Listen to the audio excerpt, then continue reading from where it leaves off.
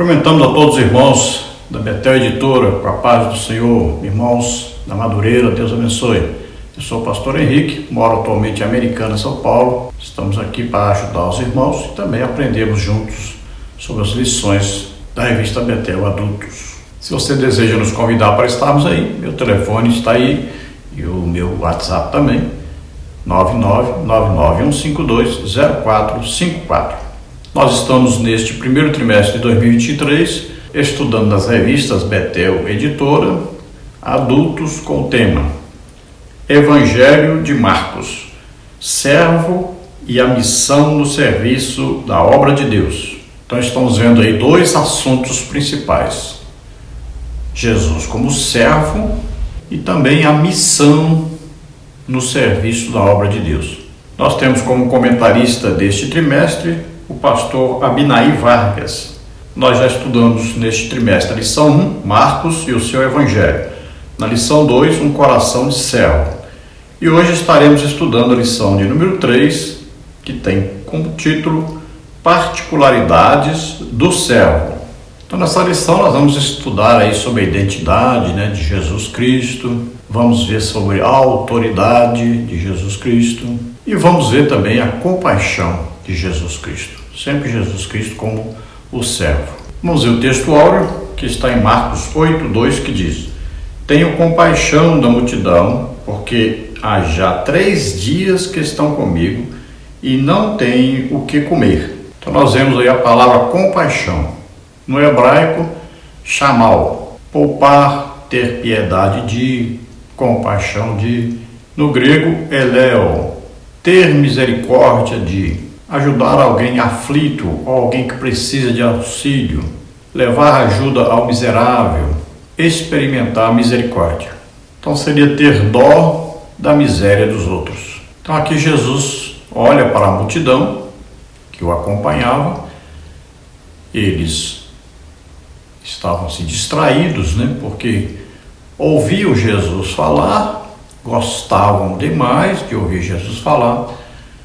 Também viam os milagres que Jesus fazia e foram acompanhando Jesus. Jesus foi andando e eles foram acompanhando, sem perceberem que não haviam se alimentado e também não haviam levado alimento. Então Jesus percebe que o povo está faminto e precisa alimentá-los. Quando ele fala com os discípulos, que tinha compaixão daquela multidão, que eles estavam com fome e precisavam ser alimentados, os discípulos ficaram admirados. Como é que nós vamos fazer para alimentar uma multidão dessa? Teria aí 200 dinheiros, Olha só, um dinheiro seria um salário de um dia, então precisava de 200 dias de trabalho para poder pagar a quantidade de alimento que aquele povo necessitava. Então Jesus aqui vai realizar a multiplicação dos pães e dos peixes. Ele faz isso, na verdade, 2 vezes. Uma vez sobram 12 cestos e na segunda vez sobram 7 cestos. Veja bem, a primeira vez significando que Jesus é o pão da vida, o alimento necessário aos judeus. 12 aí significa a totalidade do povo judaico, as 12 tribos de Israel. E 7 significa a igreja, é o número da perfeição, o número da igreja. Então havia também alimento necessário através de Jesus, o pão que dá vida, o alimento necessário para a igreja se alimentar espiritualmente, se tornar sempre cada dia mais forte. Então aquela multidão já tinha 3 dias que não comiam e agora iam se alimentar devido à realização de um grande milagre operado por Jesus Cristo.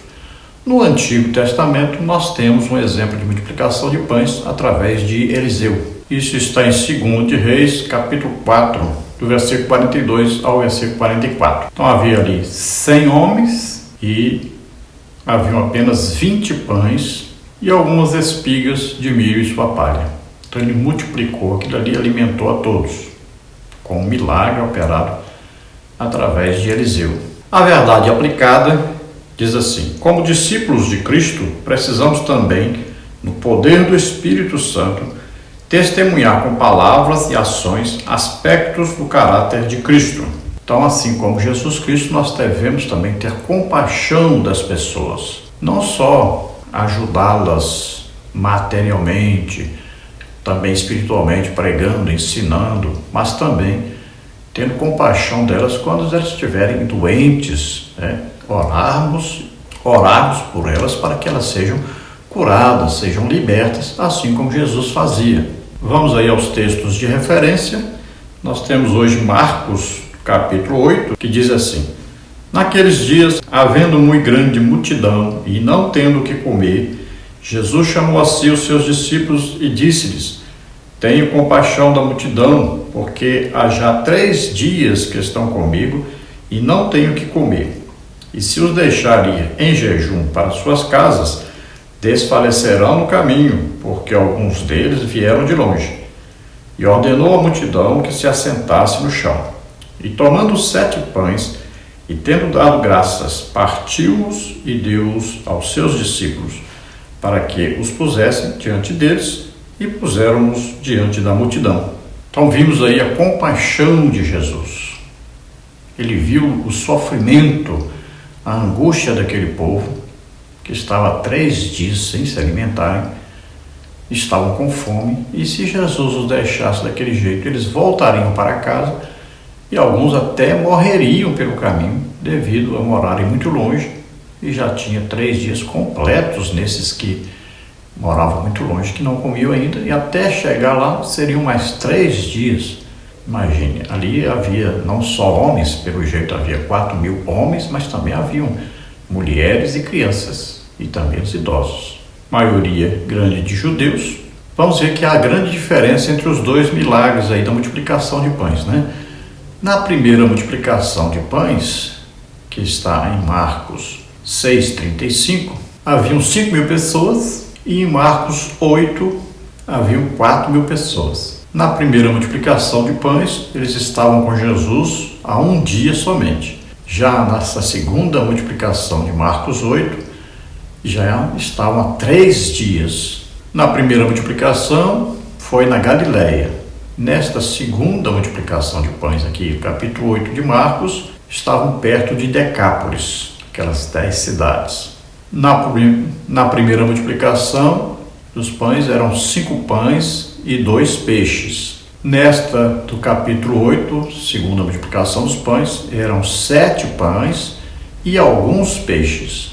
Na primeira multiplicação do capítulo 6, sobraram 12 cestos, aí significando alimentos para os judeus, aí a provisão de Deus, Jesus Cristo, que é o pão descido do céu, para os judeus, a salvação para os judeus.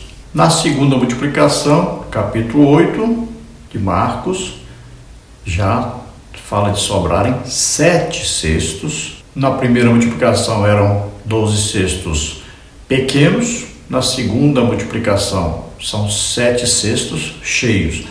E aqui 7 significa o número da igreja, E aí Jesus, o pão vivo que desceu do céu, o alimento para a igreja.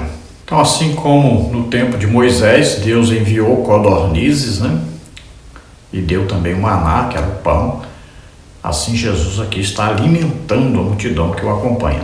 Então vamos ver que Jesus se tornou servo para nos salvar. E Jesus recebeu do Pai todo o poder, toda a autoridade, e ele diz que nos dá esta autoridade, este poder, que é o Espírito Santo morando em nós, o mesmo Espírito Santo que estava em Jesus, que realizava aqueles grandes sinais, prodígios e maravilhas. Jesus fez sempre a vontade de Deus Pai, e assim nós devemos sempre nos colocarmos à disposição de Deus para fazermos a sua vontade. Lembrando que Deus deu autoridade a Jesus e Deus nos dá a autoridade. Devemos imitar Jesus em tudo, inclusive nessa compaixão de sempre olharmos para as pessoas e vermos que elas têm necessidades, não só físicas como espirituais, como também as necessidades da alma. Então devemos sempre ter compaixão e ajudar as pessoas. Oremos para que cada um de nós tenhamos os mesmos atributos de Jesus, copiemos essas qualidades de Jesus, que nós possamos também praticar na nossa vida cristã. Pai, em nome de Jesus, ajuda-nos, Senhor, a abrirmos os nossos corações, nossas mentes, nosso entendimento, Senhor. Ajuda-nos a compreender que nós podemos também sermos grandemente usados pelo Espírito Santo para abençoar as pessoas, para ajudar as pessoas, para socorrer as pessoas. Em nome de Jesus te agradecemos. Amém. Bom, nesta lição vamos ver os seguintes tópicos e os seguintes subtópicos. No tópico 1, a identidade do servo. Subtópico 1, muitos não conheciam a identidade do servo. Subtópico 2, o servo conhecido progressivamente. Subtópico 3, andar com o servo nos faz conhecê-lo. No tópico 2, a autoridade do servo. Subtópico 1, a autoridade da mensagem do servo. Subtópico 2, a autoridade do servo foi atestada por sua palavra. Subtópico 3, a autoridade do servo foi confirmada perante o mundo espiritual. No tópico 3, a compaixão do servo. Subtópico 1, a clemência do servo. Subtópico 2, o servo que se compadece. Subtópico 3, o servo. Vamos à introdução. Veremos na presente lição que o conhecimento acerca de Jesus Cristo durante seu ministério terreno se deu progressivamente. Enfatizaremos dois aspectos da identidade do servo sofredor que se destacam no Evangelho de Marcos: a autoridade e compaixão. Então Jesus foi se dando a conhecer progressivamente, aos poucos. Quanto mais ele andava pregando, ensinando, curando a todos, ele foi então se tornando mais conhecido. Assim, os discípulos que andavam próximos a Jesus tiveram grande conhecimento da personalidade de Jesus, do poder de Jesus, da autoridade de Jesus. E todas as qualidades, os atributos em Jesus operavam, todos os aspectos, as qualidades do fruto do Espírito, aí o amor, a alegria, a paz, a longanimidade, a benignidade, a bondade, a fé, a temperança, o domínio próprio. Tudo isso operava através de Jesus.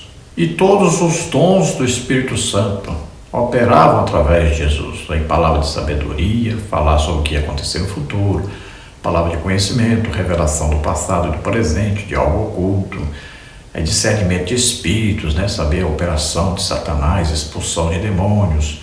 Aí tinha a fé, a ressurreição de mortos. Aí tinha os milagres, pessoas cegas de nascença viam, surdos de nascença ouviam, aí aleijados de nascença andavam. Aí vemos também que ele tinha os dons de curar várias doenças, várias enfermidades. Aí vimos profecia, Aí vimos as profecias para edificação, consolação, exortação.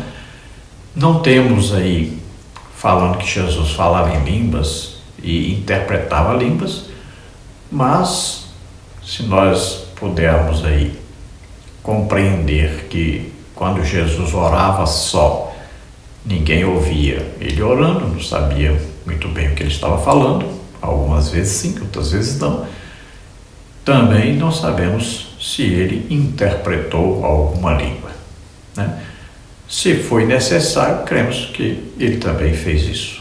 Mas como Jesus já falava o que era perfeito e falava na língua daqueles que estavam ouvindo, então não havia necessidade. Vamos ao tópico 1, a identidade do servo.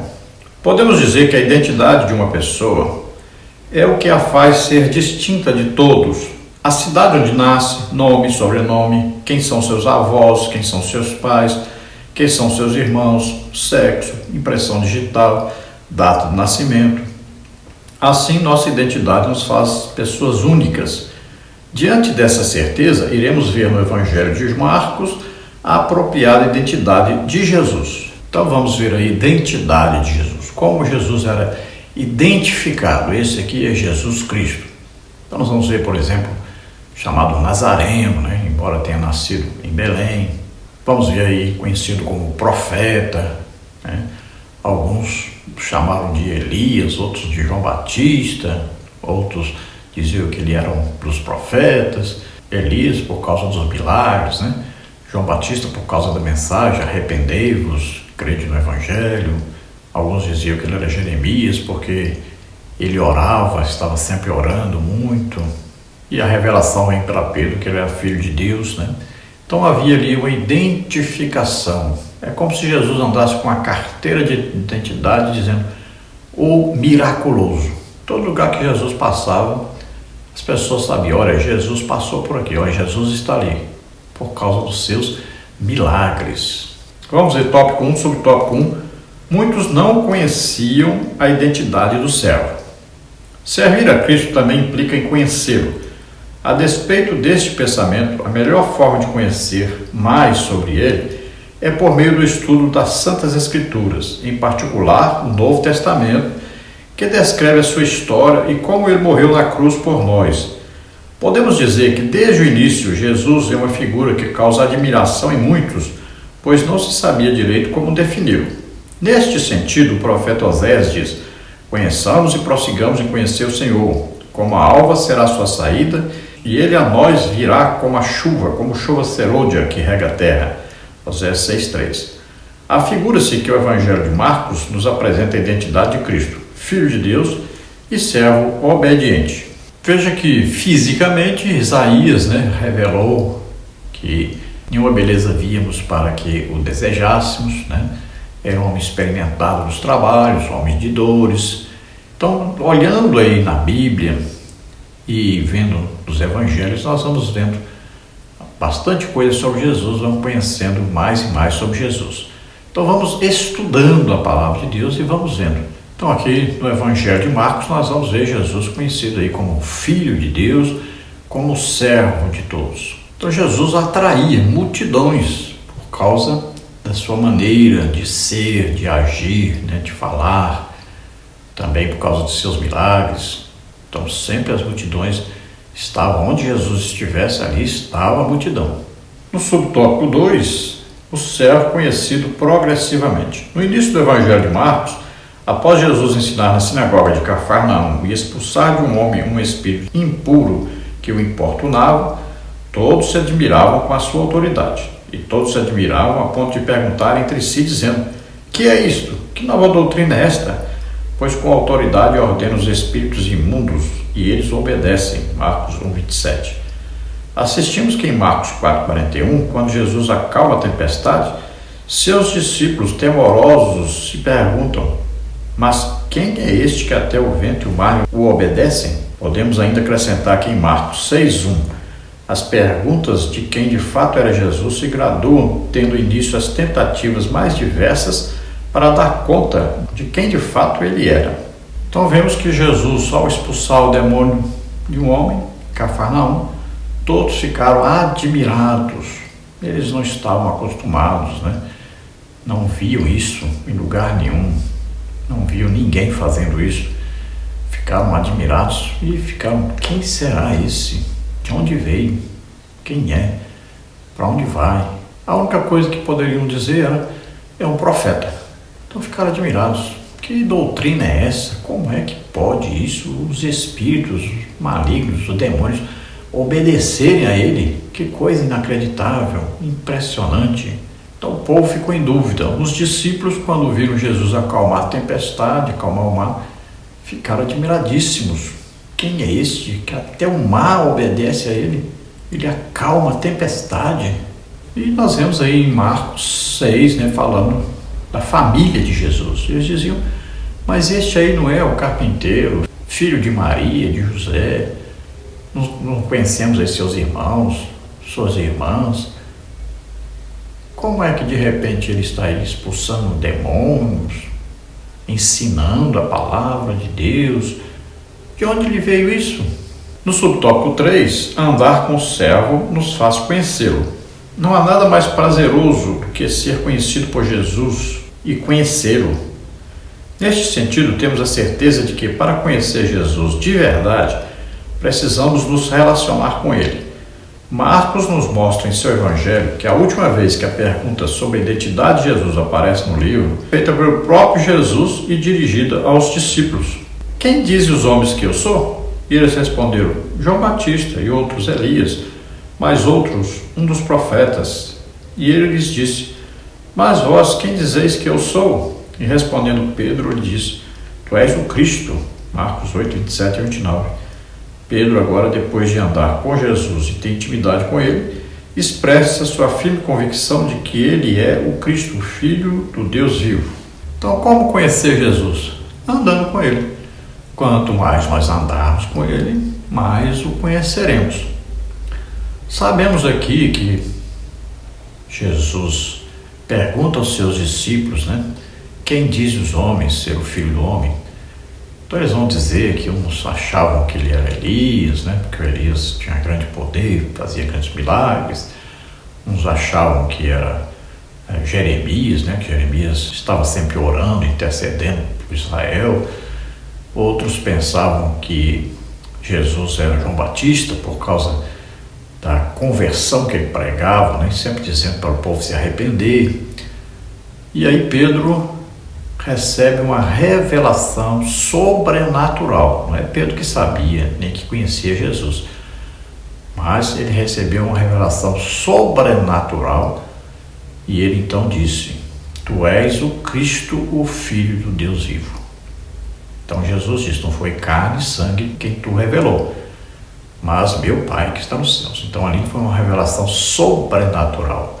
E veja que o mesmo Pedro também foi repreendido por Jesus, que Jesus disse: Sai para trás de mim, Satanás, porque Pedro ficou com dó de Jesus, com pena, querendo impedir Jesus de morrer na cruz, quando Jesus revelou que ele iria morrer na cruz.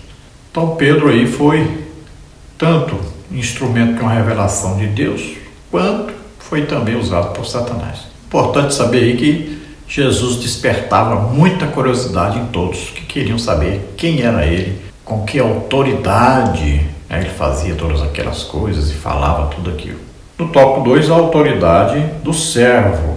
A partir do que se pode ler no Evangelho de Marcos, Jesus, por onde caminhou, realizou muitos prodígios e seu ensino era admirado por todos que o seguiam e o ouviam, porque possuía autoridade. Marcos 1, 27. Nós sabemos até que quando mandaram prender Jesus, os soldados não prenderam e voltaram dizendo: Nunca ouvimos um homem falar como este. Então a multidão se admirava dos sinais, prodígios, maravilhas, da pregação, do ensino de Jesus, da maneira de ensinar, da maneira de praticar aquilo que também ensinava, Então todos estavam admirados, curiosos para aprenderem mais a respeito de Jesus. E assim as multidões o seguiam para saberem mais sobre ele, conhecerem mais, a ponto de muitas vezes atrapalharem até que ele comesse ou que ele dormisse. Algumas vezes quando ele ia para algum lugar, o povo chegava primeiro que ele. Então todos concorriam para aprenderem quem era Jesus. Imagine, alguns diziam: rapaz, eu descobri, Jesus veio lá de Nazaré. Olha, eu descobri que Jesus, ele mesmo se declara Filho de Deus. Eu descobri aqui que Jesus tem aí 12 apóstolos. Então, cada um ia descobrindo alguma coisa a respeito de Jesus e ia falando para os outros. A pessoa que descobrisse coisas a respeito de Jesus ficava até famosa, porque tinha algum conhecimento sobre Jesus. Então as pessoas procuravam se aproximarem dessas pessoas para saberem mais a respeito de Jesus. No subtópico 1, a autoridade da mensagem do servo. Podemos afirmar que a fonte da autoridade de Jesus vinha do céu.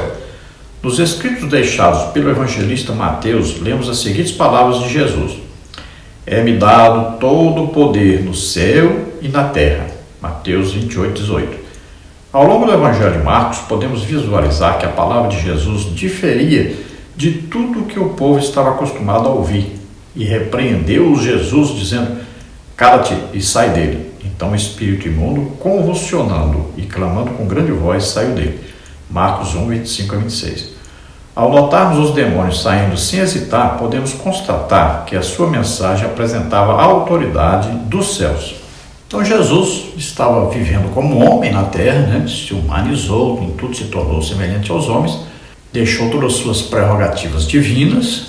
Então tudo o que ele fazia, Todos os milagres eram tudo operados através do Espírito Santo que estava em Jesus. Jesus não fez nenhum milagre antes de receber o Espírito Santo.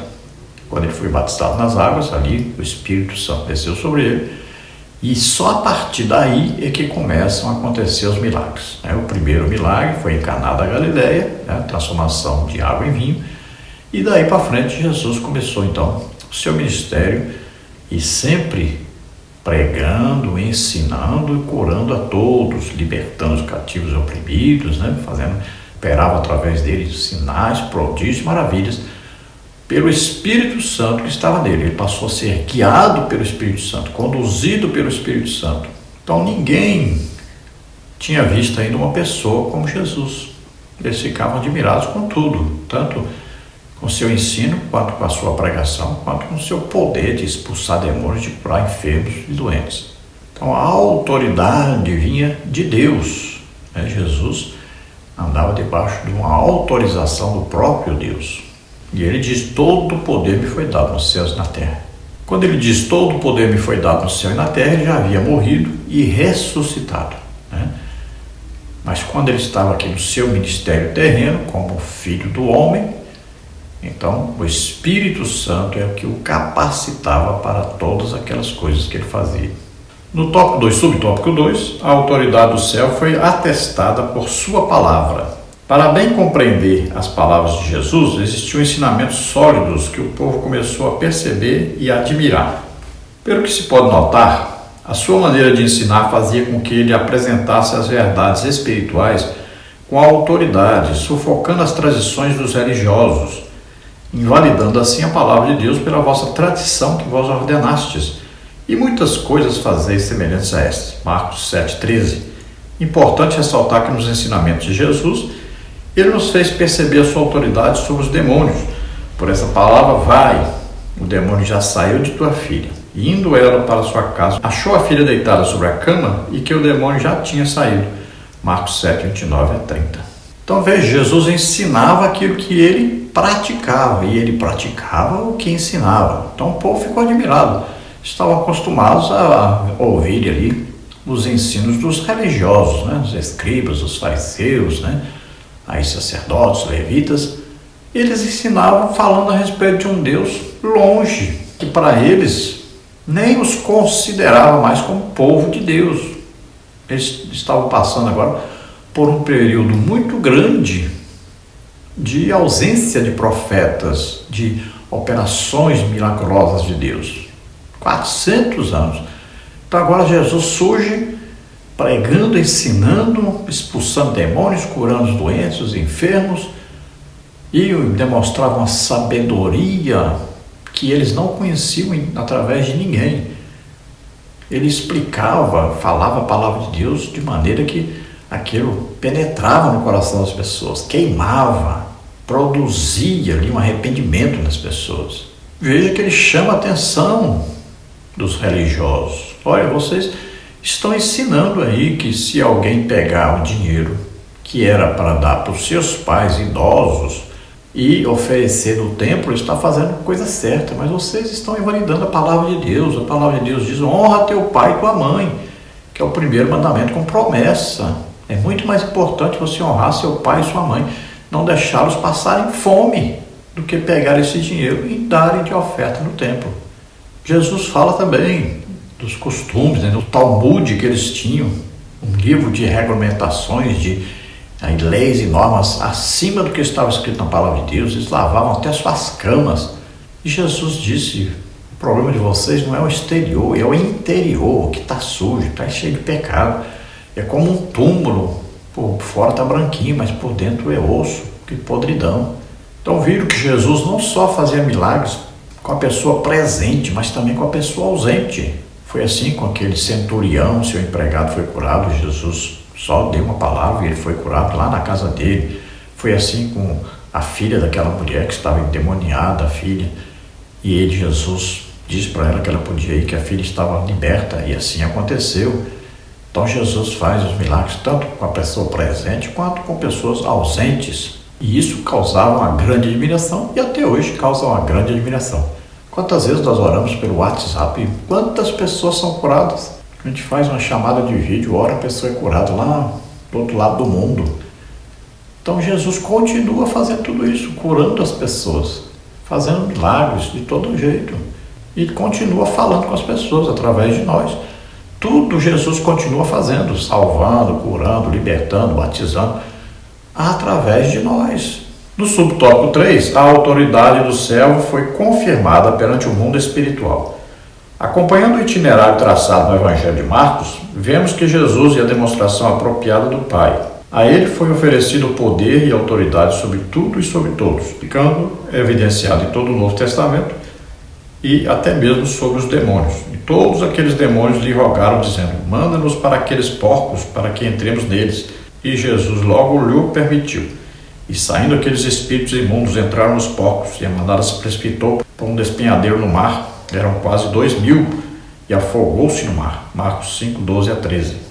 Então Jesus ali, cheio do Espírito Santo, e a própria Bíblia testifica, que ele estava cheio do Espírito Santo.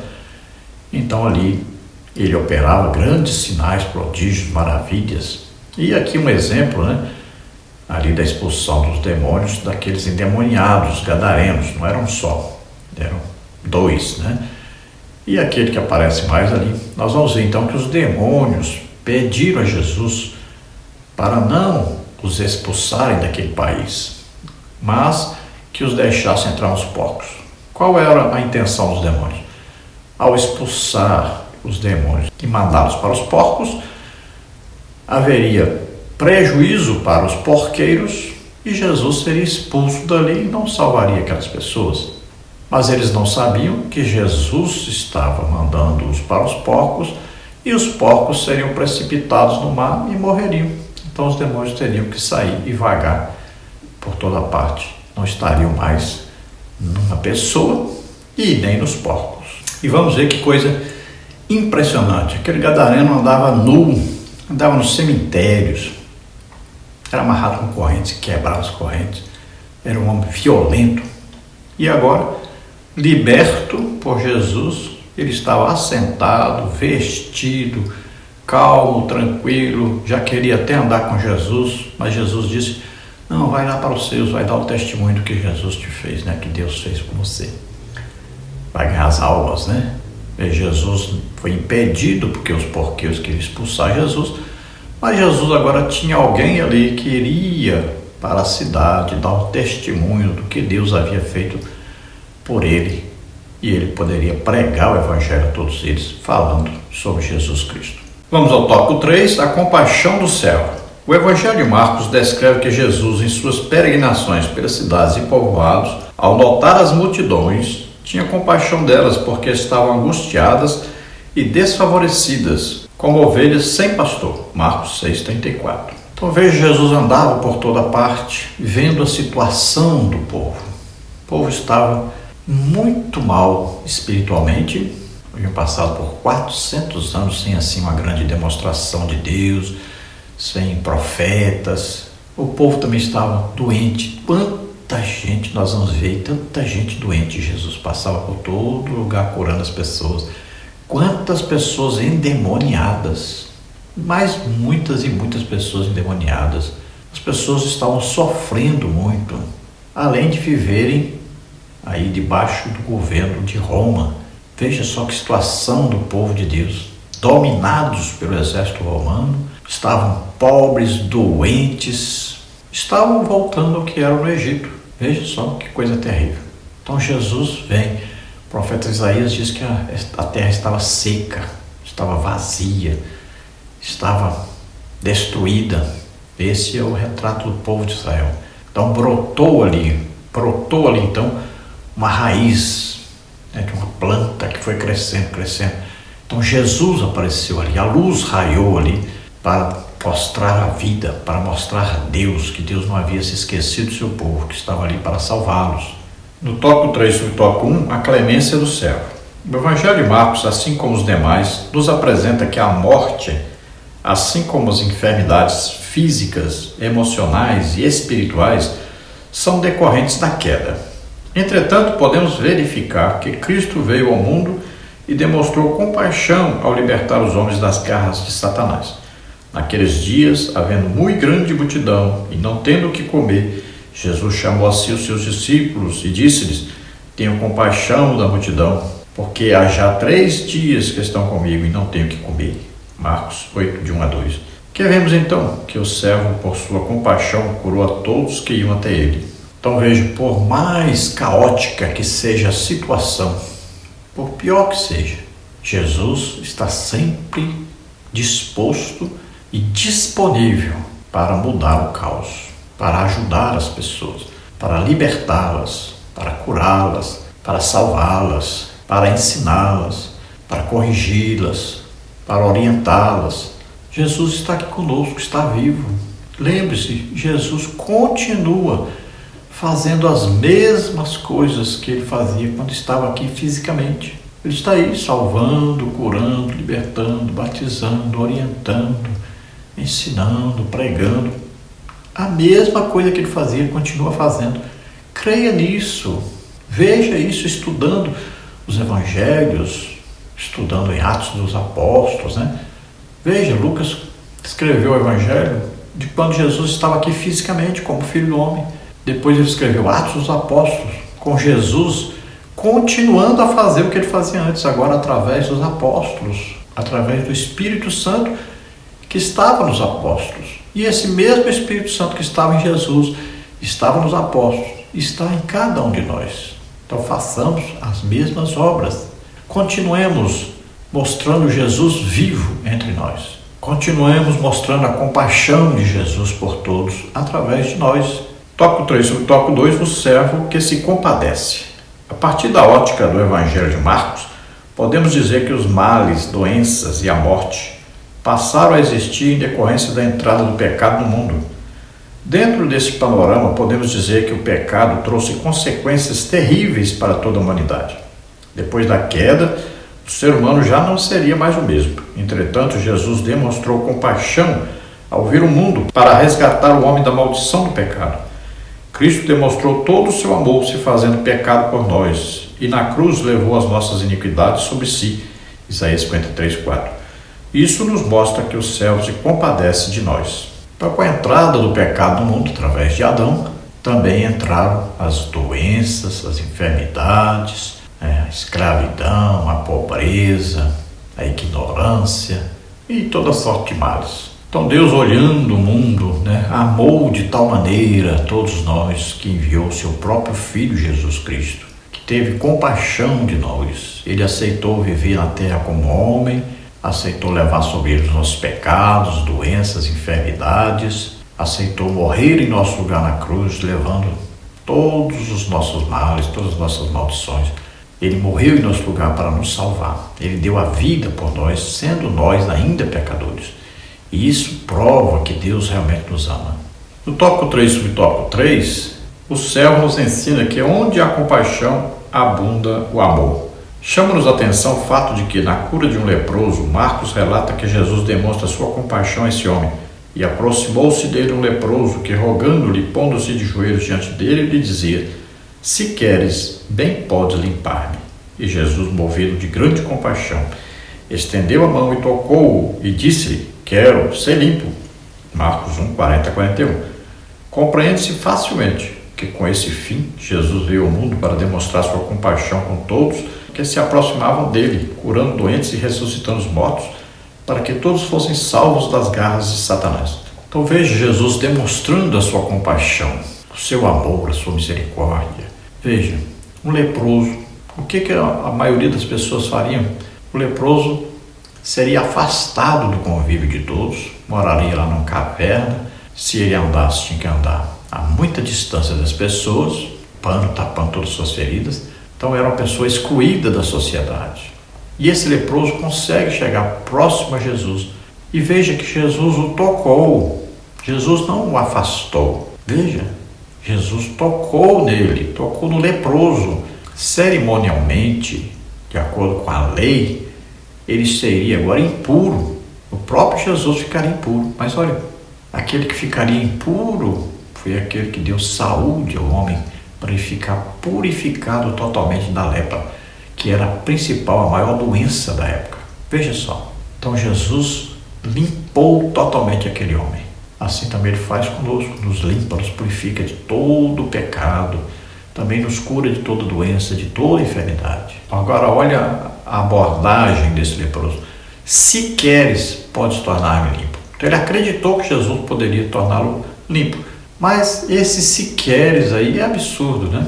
Imagine você dizer para Deus: se o Senhor quiser, o Senhor pode me curar. E aí Deus vai lhe responder: mas eu enviei Jesus Cristo para morrer por você na cruz. Ele levou todos os seus pecados, levou também as doenças, as enfermidades, as maldições.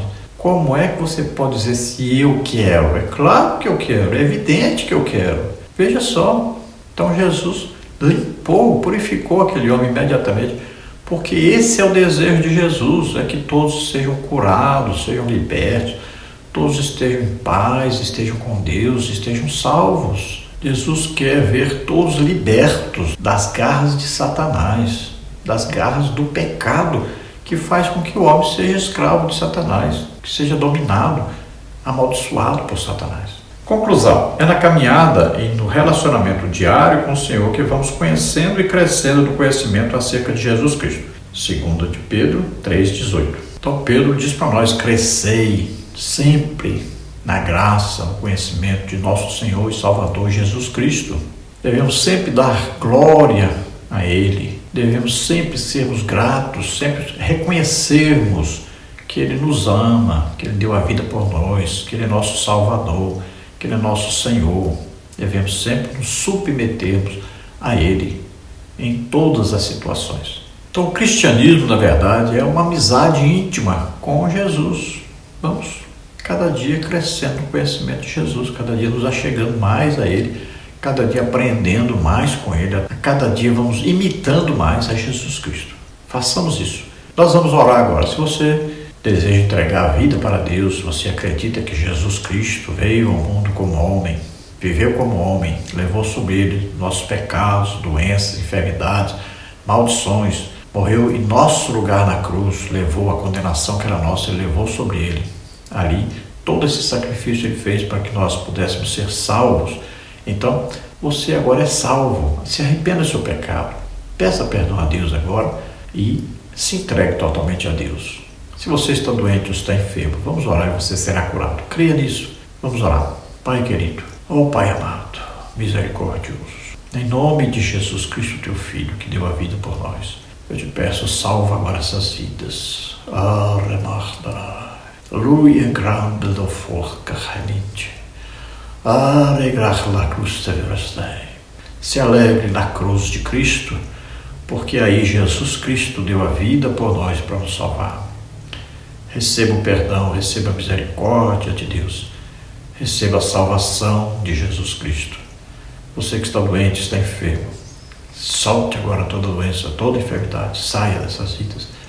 Toca, Senhor, deles agora, toca, Senhor, cura totalmente agora. Em nome de Jesus, receba a cura. Em nome de Jesus, amém?